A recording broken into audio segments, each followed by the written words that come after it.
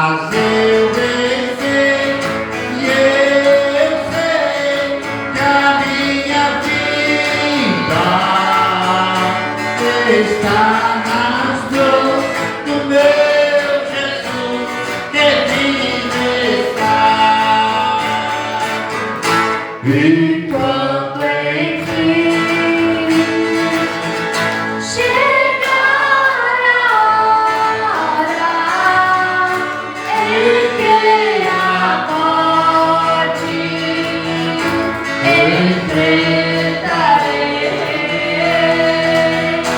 sem medo então, terei vitória, terei a glória, o meu Jesus que vive está, porque Ele vive, posso ter o amanhã, porque Ele vive, temor não há, mas eu bem sei e eu sei que a minha vida está nas mãos do meu Jesus que vive está, porque Ele vive, posso crer no amanhã, porque Ele vive, temor não há, mas eu sei e eu sei que a minha vida está nas mãos do meu Jesus que vive está.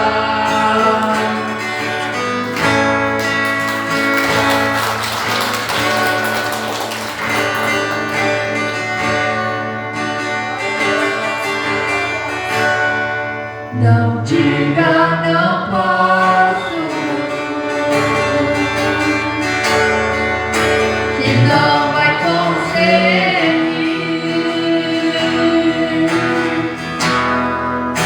que tudo acabou, que o sonho já passou e vai desistir. Deus não se agrada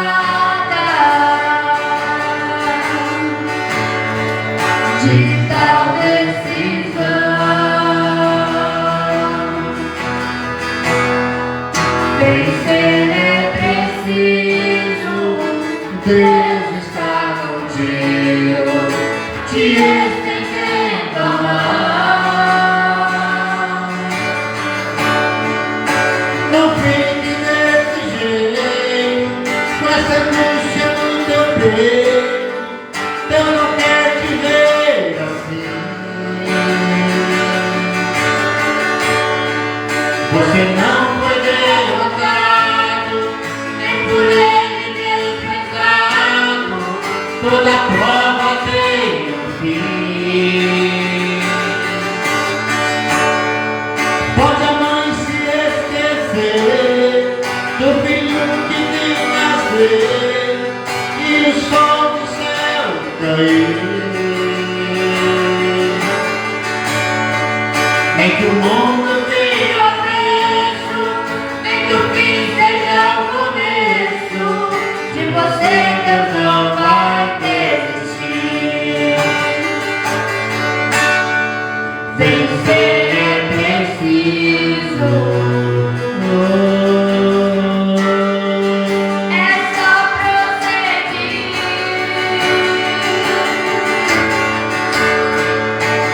Deus está contigo e é por isso que eu lhe digo, você vai conseguir.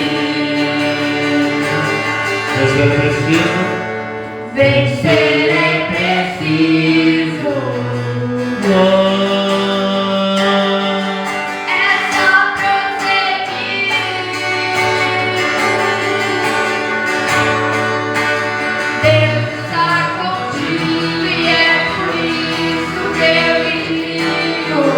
você vai conseguir.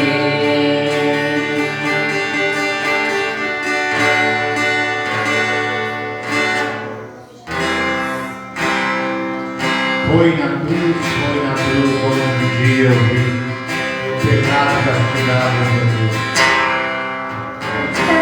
Eu andei e perdi, eu paguei longe do meu Salvador. Mas a glória desceu e seu sangue verteu pra salvar o tão pobre pecador. Foi na cruz, onde um dia eu vi meu pecado castigado em Jesus. Foi ali pela fé que meus olhos abri e agora me alegra em sua luz. Eu ouvi a palavra dessa graça sem par que do céu trouxe o nosso Jesus. Mas eu sujo, me quis converter-me, não quis ao Senhor que por mim morreu na cruz. Foi na cruz, onde um dia eu vi meus pecados castigados em Jesus. Foi ali pela fé que meus olhos abri e agora me alegra em sua luz. Mas um dia senti meus pecados e vi sobre mim Fala também, mas depressa fugi, em Jesus me escondi. tua cruz, o Senhor o desgastei. Foi na cruz, onde um dia eu vi meus pecados castigados em Jesus. Foi ali pela fé que meus olhos abri e agora me alegra em sua luz. Foi na cruz, Foi na cruz, onde um dia eu vi meu pecado castigado em Jesus. Foi ali pela fé que meus olhos abri e agora me alegra em sua luz.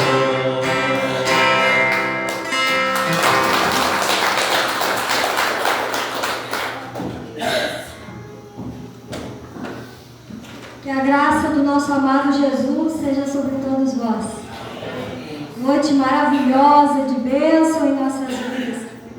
Irmãos, abre a Bíblia aí no livro de João, Evangelho de João, no capítulo 2. Mateus, Marcos, Lucas, João. Dá início aí no Novo Testamento e vai no quarto livro, no capítulo 2. Fala ali as bodas em Canaã da Galileia.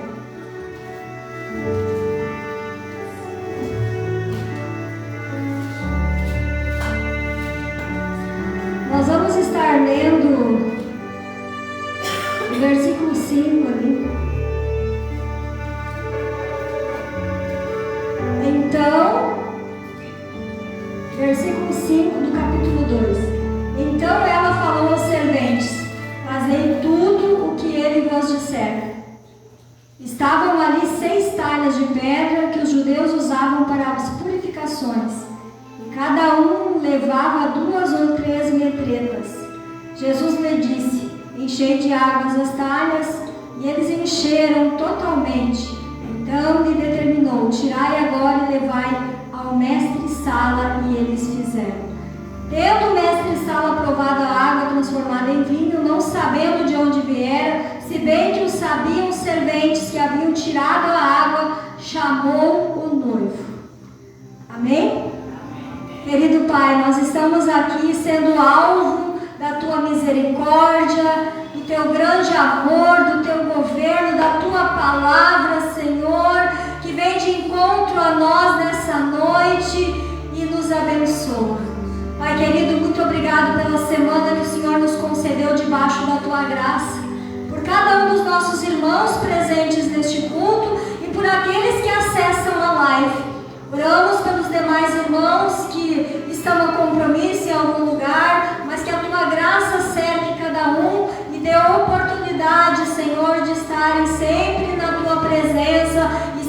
preparando para aquele dia lindo que nós tiveremos face a face. Nessa noite, toma liberdade em nosso meio.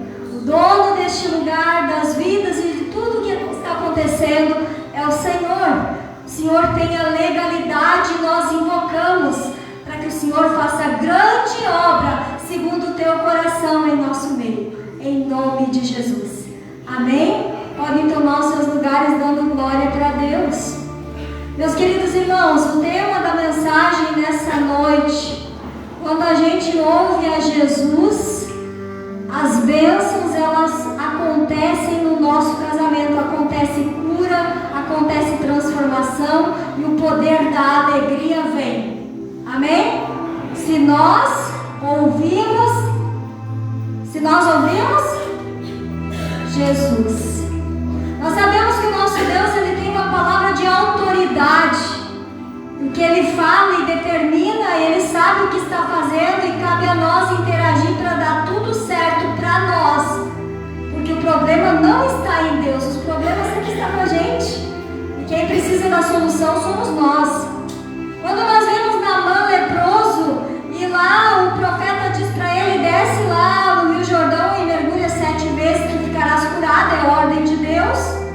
Depois de muito ainda ele insistir de ir embora, mas resolveu ouvir ao Senhor, ele mergulha lá e é curado. Quando nós olhamos também aquele cego que Jesus, ele pega barro e unta os seus olhos e diz para ele, vai lá e lava-te no tanque de Siloé e ficarás curado. Ele voltou enxergando após obedecer a voz de Jesus. Quando Lázaro estava na sepultura já há 4 dias, e Jesus chega naquele lugar, quando ele disse, vamos até o sepulcro, eles disseram, Senhor, mas já cheira mal. E Jesus continua na sua caminhada e diz às pessoas que estão ali, removam a pedra. E as pessoas removeram a pedra e Jesus dá uma ordem, Lázaro, sai para fora. E Lázaro, lá vem ele, todo enrolado, mas a vida estava nele e a glória para Jesus. Aqui Jesus chega num casamento que fora convidado com seus discípulos e a sua mãe. E a festa dos judeus, ela durava a festa de casamento 7 dias. E para os judeus, irmãos, eles ainda não haviam experimentado o poder do Espírito Santo. Não havia havido o Consolador. Então a alegria para eles, o simbolismo de alegria era o vinho. Eles se alegravam, o exemplo que eles tinham para ter uma alegria na festa, uma alegria na vida, uma alegria no casamento era tomar vinho. E aí acontece um episódio que pode acontecer com a gente, quando a gente vai fazer uma festa, fazer uma programação, e às vezes a gente faz aqui na igreja e diz assim, ó, irmãos, vamos fazer as encomendas para não dar problema. Quem sabe alguém acha até xarope, poxa, a pastora fica lá com essas encomendas, mas deixa que cada um compra na hora, irmãos, é tudo para controle. Nesta festa de casamento teve um problema. Chegou um certo momento que um começa a cutucar no outro, a festa está andando, está na metade, termina o vinho, termina a alegria. E aí um começa a cutucar no outro e dizer, poxa, terminou o vinho. Até que Maria escuta o boato e vem e diz para Jesus, olha, disseram que terminou o vinho. Aí Jesus olha para ela, mulher, que tenho eu contigo, não é chegada a minha hora ainda. Aí Jesus, depois dessa palavra, Maria dá uma palavra para as pessoas que estão com ela ali e diz assim, ó, vocês aí, ó, façam tudo o que ele vos disser. Podem confiar, faz o que ele disser. E aí, aquele que pode, irmãos, disse para eles, encham essas talhas, encham de água. Irmãos, tem coisas que só Deus pode fazer por nós. Mas o Senhor não vai fazer 1 milímetro daquilo que eu e você pode fazer se nós temos condições para fazer isso. Remova a pedra, os homens podiam fazer. Mergulha lá no rio, Naamã podia fazer. Para o cego, tá com as vistas cheias de barro, mas ele não enxergava mesmo. Vai ao tanque Siloé, te dirige até lá, porque você vai enxergar. O Senhor faz aquilo que nós não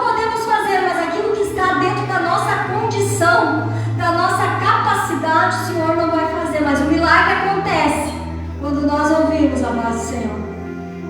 As talhas estão cheias de água. Agora Jesus, ele traz uma determinação.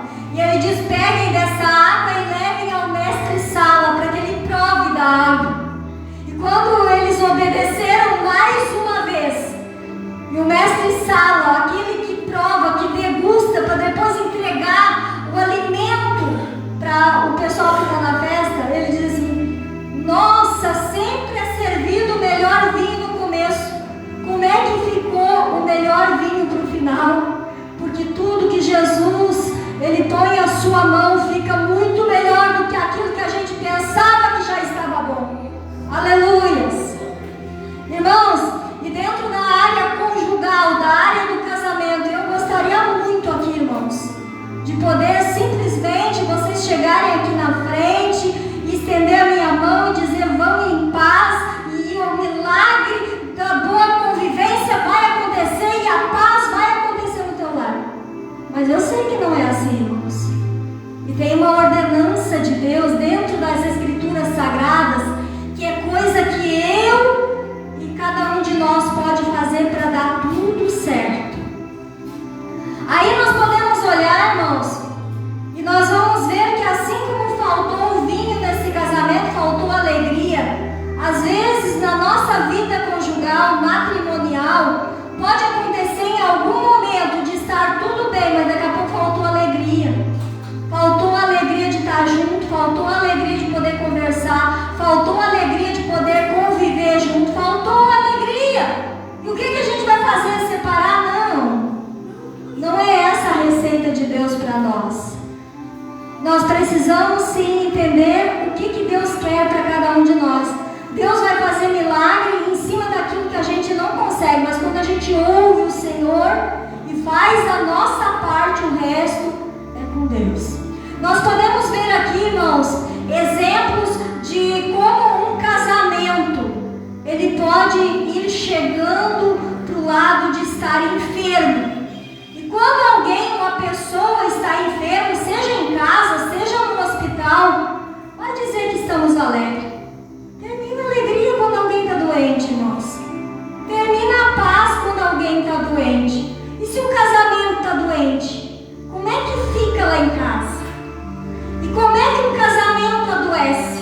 Poxa, tudo acontece num olhar apaixonado um pelo outro, o desejo de estar junto, o desejo de morar junto, e tudo é alegria no começo e tudo é festa.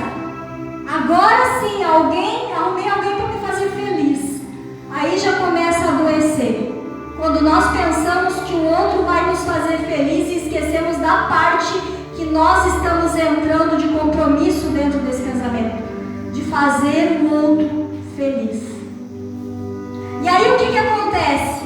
No início tudo alegria, porque ainda tem o vinho da alegria, aquela coisa contagiante, está começando ali uma intimidade mais profunda, mas até então ainda são pequenos desconhecidos no mesmo ambiente, porque só se atraíram fisicamente ainda, mas com o passar do tempo a intimidade vai aprofundando. E na intimidade nos mora também, além de uma bênção, um perigo.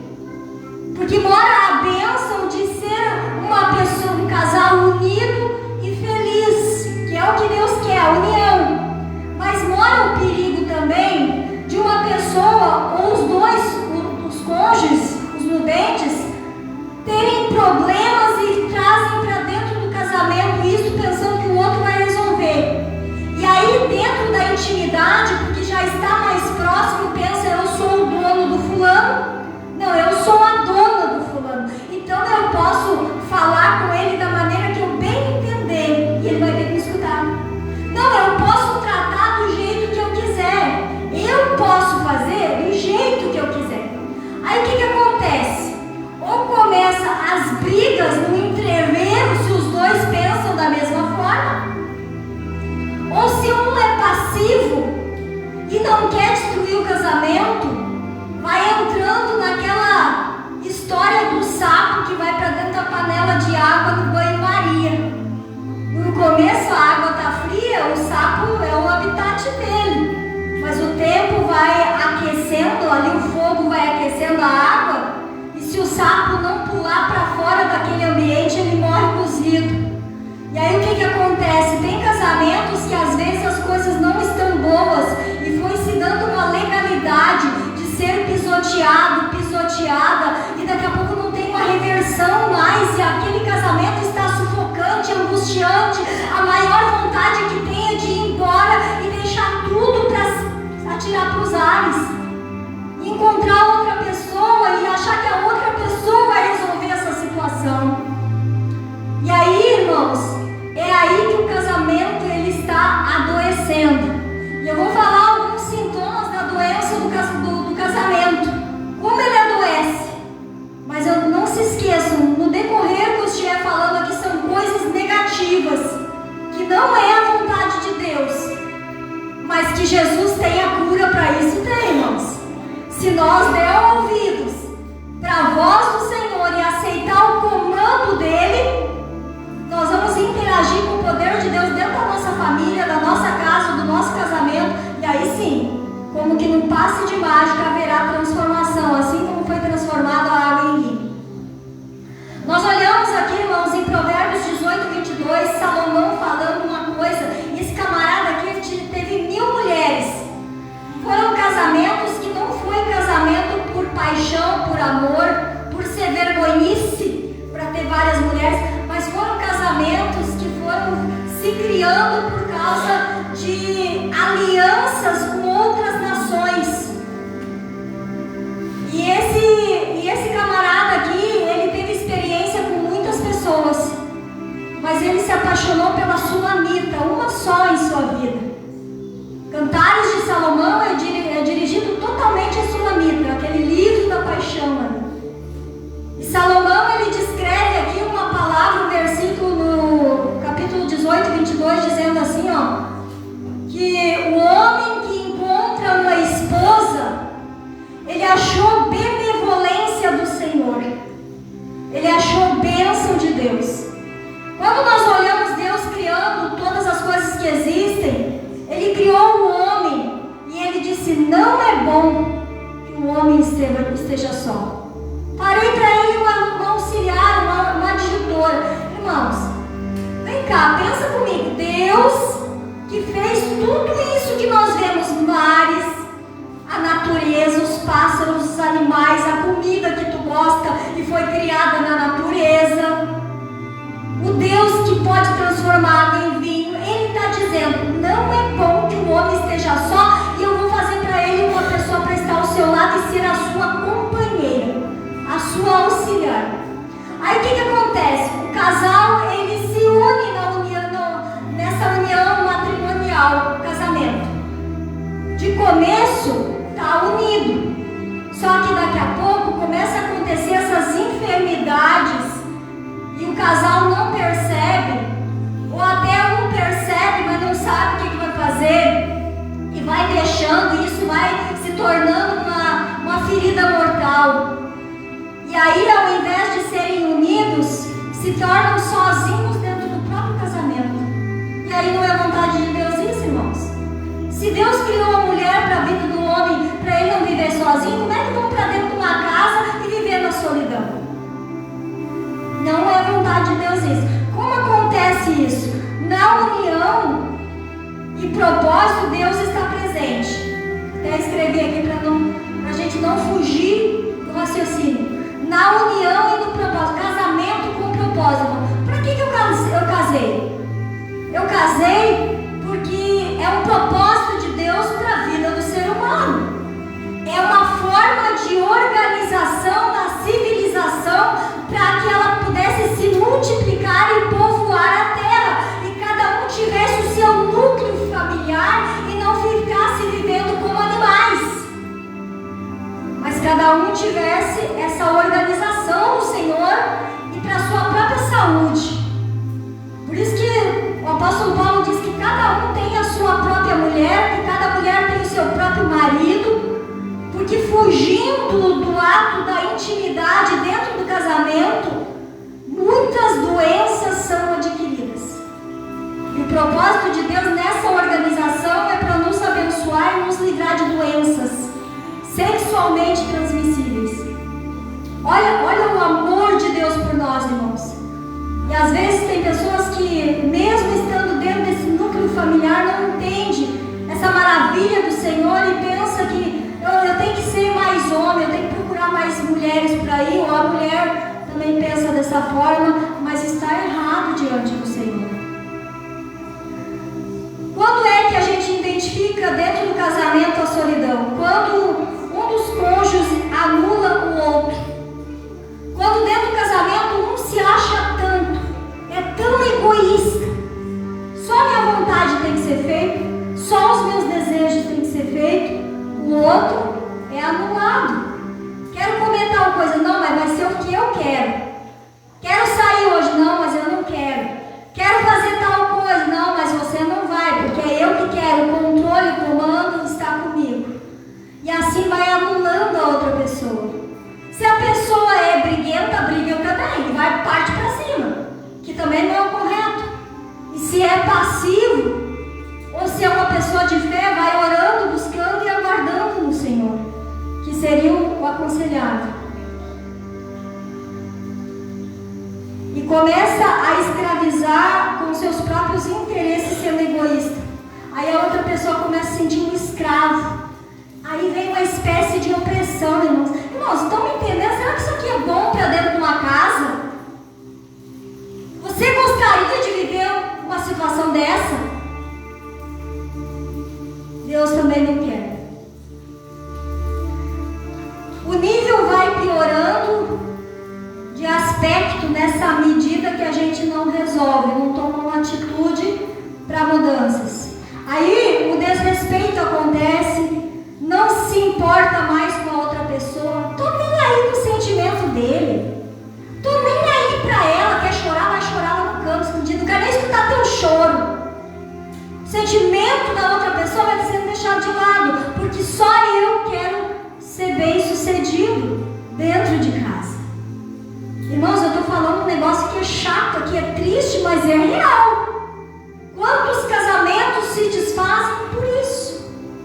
Porque uma pessoa não quer entender o propósito do casamento e se acha autoritário dentro dele. O individualismo. Faz o que tu quer e eu vou fazer o que eu quero e assim deu. Não é isso que Deus quer também, irmãos. Unidade dentro do casamento.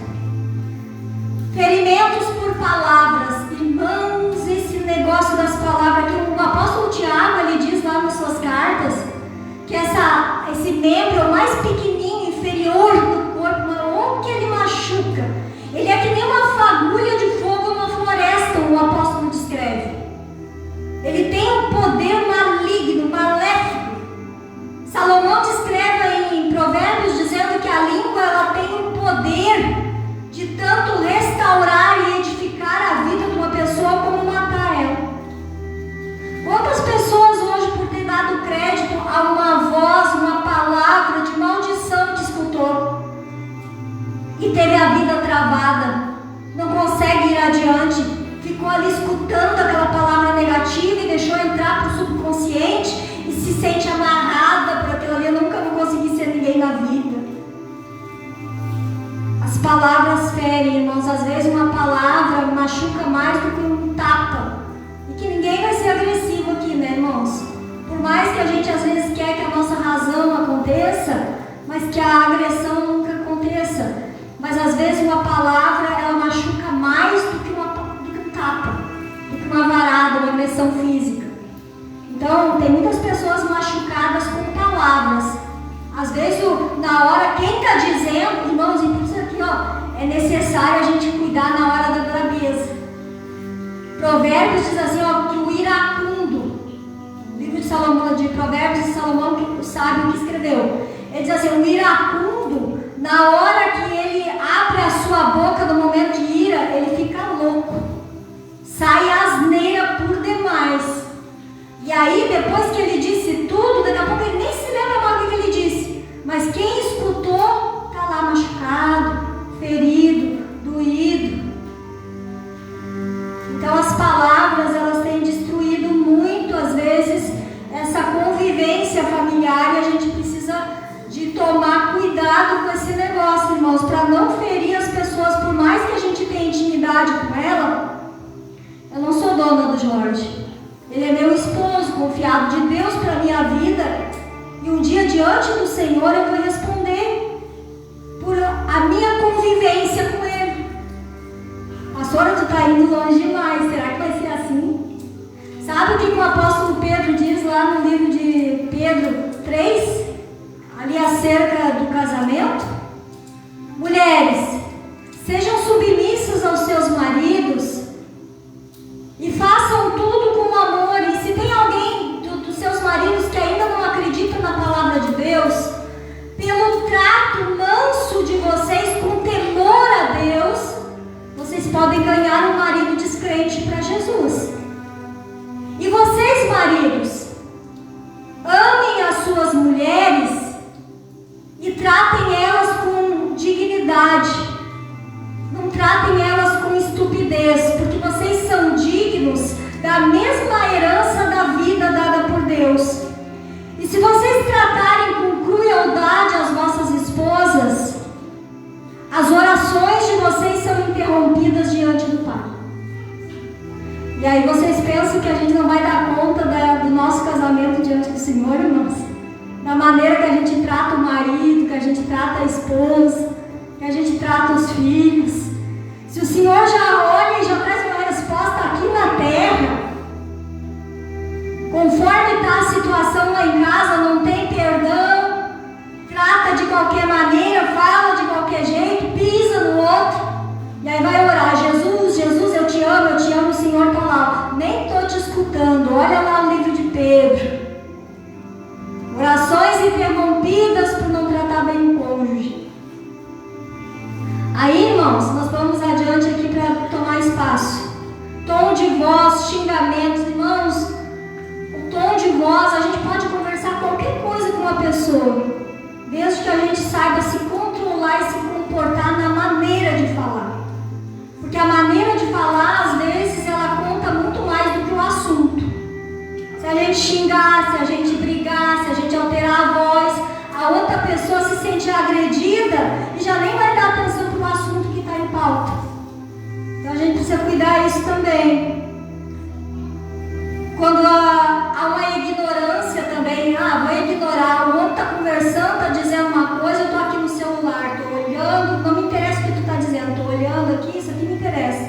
Não, ó, meu jogo lá na TV, fica quieta, mulher. Irmãos, do jogo tu não vai dar conta no céu, mas da tua mulher você vai. Cala a boca, homem, eu estou olhando a novela, agora fica quieto. Da novela tu não vai dar conta diante de Deus, mas do teu marido tu vai. E nós precisamos abrir os olhos. Não ignorar a pessoa. Humilhação em público ou no secreto também. Irmãos, a coisa mais triste que tem é um humilhar o outro. E eu já vi isso, casais, irmãos, isso é muito triste. Se aproveitar porque está na frente dos outros para dizer coisa para chatear o cônjuge. Aí a pessoa fica sem queda, já nem sabe o que vai dizer mais e guarda aquilo no coração, vai para casa, triste, angustiado. Irmãos, humilhar uma pessoa, falar, criticar dela da sua aparência, criticar da sua maneira de se expressar. Se você tem um jeito melhor de conversar com a pessoa e dizer para ela daqui a pouco, se você fizer desse jeito vai ficar melhor. Agora você vir rompante falando do jeito que ela é, do jeito que ela fala, do jeito que ela caminha, você só vai frustrar a pessoa e não vai mudar coisa nenhuma, vai piorar a situação. O cônjuge vira objeto de crítica sobre aparência e jeito de ser. Enfim, isso eu já falei. Bens materiais acima do cônjuge. Irmãos, tua família é o teu maior patrimônio. Nunca esqueça disso. Quebrou uma xícara. Meu marido quebrou uma xícara. Vou brigar com ele, minha xícara de estimação. Não briga com o teu marido por causa da xícara. Vou brigar com a minha mulher. Entrou com os pés sujos dentro do carro. Mas do carro, da xícara, você não vai dar conta para Deus. Mas da mulher, do marido, você vai dar conta para Deus. Então não deixa, irmãos, essas picuinhas estragar o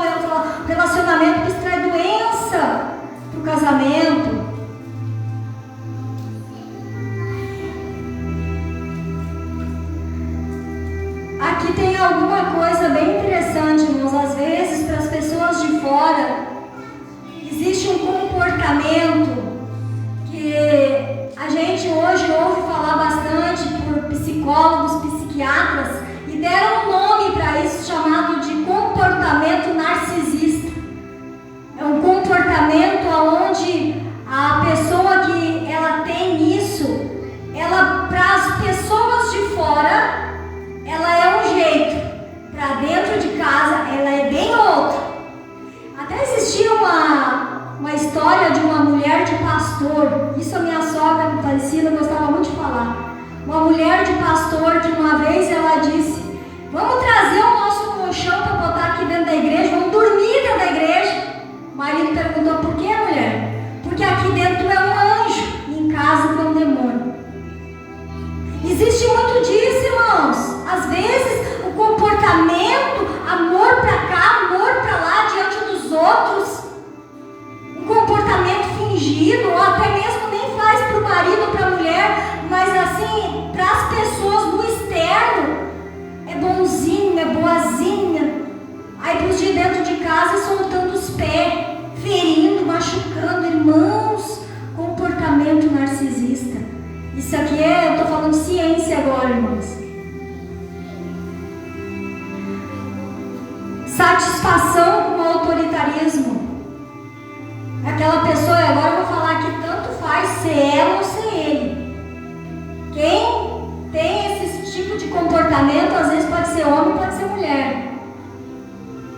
Ele tem uma satisfação de ser autoritário, de mandar, de ter o controle, o poder nas suas mãos, e nem percebe isso, irmãos. Nem percebe que está sufocando a outra pessoa. Manipula para suas vontades serem supridas. Inventa história, corta a volta, foge da verdade, mente, manipula. Quem não sabe o que é manipular, tem as farmácias de manipulação em Venâncio Aires. Tu não quer comprar um remédio original, vai lá na manipulação, sai mais barato, vai dar umas misturadas lá. A manipulação para não sair e fazer do jeito que eu quero é assim. Vai lá e dá umas misturadas, corta a verdade. Esconde coisas do cônjuge. Esconder coisa um do outro, irmãos. Às vezes tem detalhes, coisinhas simples, que às vezes não precisa estar relatando se já existe uma intimidade, uma proximidade, um amor, uma convivência legal. Agora ficar escondendo questão financeira, ficar escondendo coisas que compra, que vai fazer. Aqui entra uma série de coisas que você pode pensar. Coisa escondida do cônjuge, isso aqui traz ferida no casamento. Soberba, só ele ou só ela sabe de tudo e despreza o pensamento do outro. Não, soberba é um pecado bem gravíssimo. Quando a gente pensa que a gente sabe tudo e despreza o outro. Traição física virtual. A traição, irmãos, é quando já falta o respeito dentro de casa, quando já existe solidão dentro do casamento. E aí alguém, ou quem sabe até os dois, começa aquela bala trocada às vezes, ou um oprime o outro com a traição, e às vezes a traição nem é física, concretizada, mas hoje com o poder da internet, irmãos, a traição virtual, ela é real. Não pense que não vai ter cobrança de Deus dentro do casamento para quem está fazendo esse negócio. Porque os sentimentos da outra pessoa é ofendido, é traído. E há um envolvimento ali, ainda que seja pelos olhos físicos. Por isso que Jesus disse: se tu atentar, falando com os homens ali no livro de Mateus, bem no começo, se tu atentar com os olhos impuros para a vida de uma mulher, já adulterou com ela. Olha como é sério o negócio, irmãos. Opressão verbal, física e espiritual. Irmãos, opressão verbal, já falei aqui, a questão de oprimir o outro com as suas próprias palavras. A questão de opressão física. Quantas pessoas hoje têm o tal do feminicídio? Quantas agressões, irmãos? É triste, é lamentável que nunca chegue ao ponto de ninguém bater em ninguém. Mas isso acontece. Opressão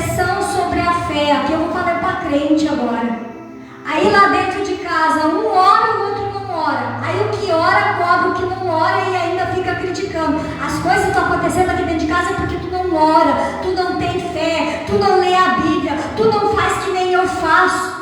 Irmãos, ninguém tem o direito de cobrar a fé de ninguém, porque a fé, ela é sua, particular, e Deus, Ele está vendo é o indivíduo, é cada um da maneira que Ele está agindo pela sua fé. E não é coisa para homem e mulher ficar cobrando um outro. Vive a tua fé e abençoa ainda. Se tu tem sobra no crédito, aí abençoa quem não tem.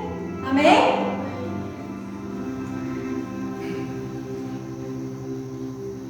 Então, ouvindo Jesus, a gente traz alegria no nosso casamento. Agora, casamento na origem de Deus, irmãos, como que ele é? Lá no sagrado, lá da forma que o Senhor planejou. Não é nada parecido com isso aqui, gente, que a gente está falando aqui, ó. Deus não planejou nada dessas coisas ruins aqui para dentro do casamento. Acontece hoje ainda, querem culpar Deus e dizer: ah, foi Deus que me deu esse homem, ah, foi Deus que me deu esse homem. Que nada, irmãos. As escolhas são nós que fazemos, e os compromissos são nós que assumimos. E ainda quando não dá certo, a gente tem que clamar a misericórdia de Deus, e não tem nada com isso, com nossos erros de escolha. Mas o Senhor, Ele planejou algo maravilhoso através do casamento, irmãos. Ele planejou um lar abençoado, um lar com paz, onde o casal senta junto, conversa, e uma conversa que não é xingamento, que não é crítica, uma conversa que um não quer saber mais do que o outro, mas ri de bobagem junto, fala de coisa séria, toma decisões juntos. Um não quer andar na frente do outro, uma da soberba, mas quer andar lado a lado, tendo prazer de estar junto. Irmãos, o que acontece no início do namoro de um casal, ao invés de haver um esfriamento e essa solidão dentro do matrimônio, era que, diante dos planos de Deus para nós, esse casamento ele ia aflorando ainda mais e se tornando ainda mais amoroso, as pessoas tendo o maior prazer de estar um com o outro. O propósito de Deus é uma união, propósito e parceria. União. Pensa sempre isso. Deus não quer divisão dentro da minha casa. Deus quer união, porque ali Ele vai ordenar a vida e a bênção. Lembra disso, amém? 1 Coríntios 13, uma das referências que fala do amor verdadeiro ali, diz que ele não busca os seus próprios interesses. Ele busca o interesse de abençoar a sua casa, a sua família, no todo. Ah, não, mas eu queria que fosse desse jeito, do meu jeito. Não, do meu jeito terminou o dia que tu casou. É do jeito dos dois, numa parceria com Deus junto. Amém? Colossenses 3,19. Isso eu já falei aqui. Os maridos devem tratar suas esposas com muita dignidade. E o que fazer, irmãos, se o cônjuge que eu estou identificando dentro do lar não quer mudar em nada? Escutou essa mensagem essa noite? Através da internet, está tudo uma bagunça dentro de casa, não está dando nada certo, mas não quer mudar. O que a outra pessoa faz? Se a outra pessoa está entendendo que tem um propósito de Deus, um compromisso com o Senhor para cumprir através desse casamento, o que essa pessoa faz? Eu olho para Abigail dentro da Bíblia, irmãos. Abigail, ela tinha um marido que ele era impossível para valer. Camarada era fogo na bota. Mas essa mulher era sábia, ela era tranquila e temente a Deus. E mesmo quando veio uma emboscada ali criada pelo próprio marido por causa dos seus atrevimentos, ela corre para defender ele da morte. E aí o tempo se passou e essa mulher, ela não precisou se separar, ela não precisou confrontar o marido mau, ela não precisou deixar outro matar ele, mas ela deixou ele nas mãos do Senhor, e o Senhor fez a sua parte e recolheu ele. Essa mulher, ela teve um futuro ainda abençoado dentro da casa do rei Davi, dada por Deus. O que eu digo com isso, irmãos? Aprendendo com Abigail, isso aqui vale para os homens também. Vale para marido e vale para mulher aqui. Aprendendo com Abigail, permanece firme no propósito. outro não quer entender, não quer mudança, não quer aceitar. Mas o dia que você se casou no altar, era só vocês dois que estavam lá ou Deus estava presente? Se Deus estava presente, Ele está no negócio. E se Deus está no negócio, eu não tenho apenas uma parceria com o meu marido. O meu Senhor estava presente naquela união. E o que Ele disse que o que Deus uniu não separe o homem. Então, irmãos, eu não estou falando para criticar quem já se separou. Irmãos, cada palavra de Deus que vem em direção a nós é para nosso aprendizado. Na jornada da vida são tantas coisas que acontecem, e eu não estou aqui falando essa palavra para criticar quem já separou, mas que essa palavra sirva para dias futuros. Amém? Então que a gente possa aprender com Jesus e obedecer a sua palavra, irmãos. Porque obedecendo a sua voz de comando, o resto Ele faz. Você quer paz dentro de casa? Quer bênção no teu lar? Quer que teus filhos tenham uma vida também instruída dentro de um lar feliz para também desejar um casamento? Irmãos, eu me preocupo com isso. No tempo que eu era criança, tinha tanto casamento, tanta mulher vestida de noiva e os homens vestidos de terno e faziam aqueles casamentos. Irmãos, está raro o negócio hoje. E aí a minha preocupação é o seguinte: e os nossos filhos, as nossas crianças, elas vão ter referência de quem? E se os pais de hoje separarem, piorou, vão ter referência de quem? Nós estamos vendo aí o Estado, algum grupo privado aí querendo se manifestar para a destruição da família. Estão infiltrando dentro das escolas, querendo mostrar para as crianças um lado errado, distorcido, que não é plano de Deus, não é vida que Deus trouxe. Irmão e irmã, você que está casado aí, faz a tua parte e prevalece aí com a bandeirinha erguida, louvando a Deus e dizendo: Senhor, a partir de hoje a minha parte eu vou fazer, eu vou ser mais cuidadoso, eu vou ser mais cuidadosa. Eu vou perguntar para o meu marido como é que eu estou agindo com ele. Eu vou perguntar para a minha esposa como é que eu estou agindo com ela, como é que está sendo. Porque às vezes a minha maneira de enxergar não é bem a que ele está vendo. Quem sabe essa pessoa está vivendo comigo, está oprimida, está machucada, e eu nem estou percebendo. Mas eu quero sair daqui deste culto nessa noite, e eu quero erguer a minha bandeira da minha família e dizer: eu não abro mão da minha casa, eu não abro mão do meu casamento, eu não abro mão da minha família. Eu não abro mão, eu vou ser referência da terra, eu vou cumprir o chamado de Deus para mim. Aleluia, amém? Vamos se colocar de pé na presença de Deus, que Ele é maravilhoso. Aleluia, Pai querido, muito obrigado, porque a gente sabe, Senhor, que a Tua palavra tem poder e autoridade, o Teu comando, Pai. Quando obedecemos, a bênção, ela acontece na realidade em nossas vidas.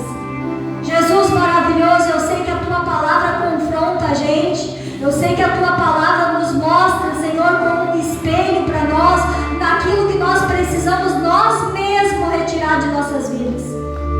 Porque às vezes a gente pensa que os nossos erros, quem vai tirar é Deus, e não é, somos nós mesmos. O Senhor só nos perdoa quando a gente se arrepende de verdade.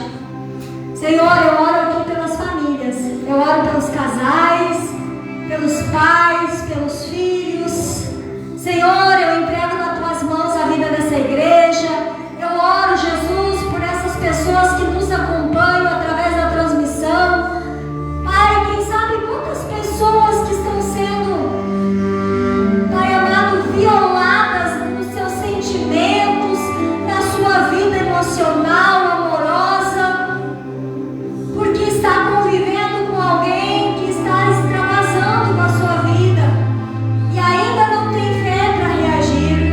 Senhor, meu Deus, tende misericórdia, é a minha oração extensiva neste culto, nessa noite, que venha abranger todos quantos o Senhor quer me usar aqui nesta noite para orar por eles. Meu Deus e meu Pai, olha agora para este lar bagunçado, olha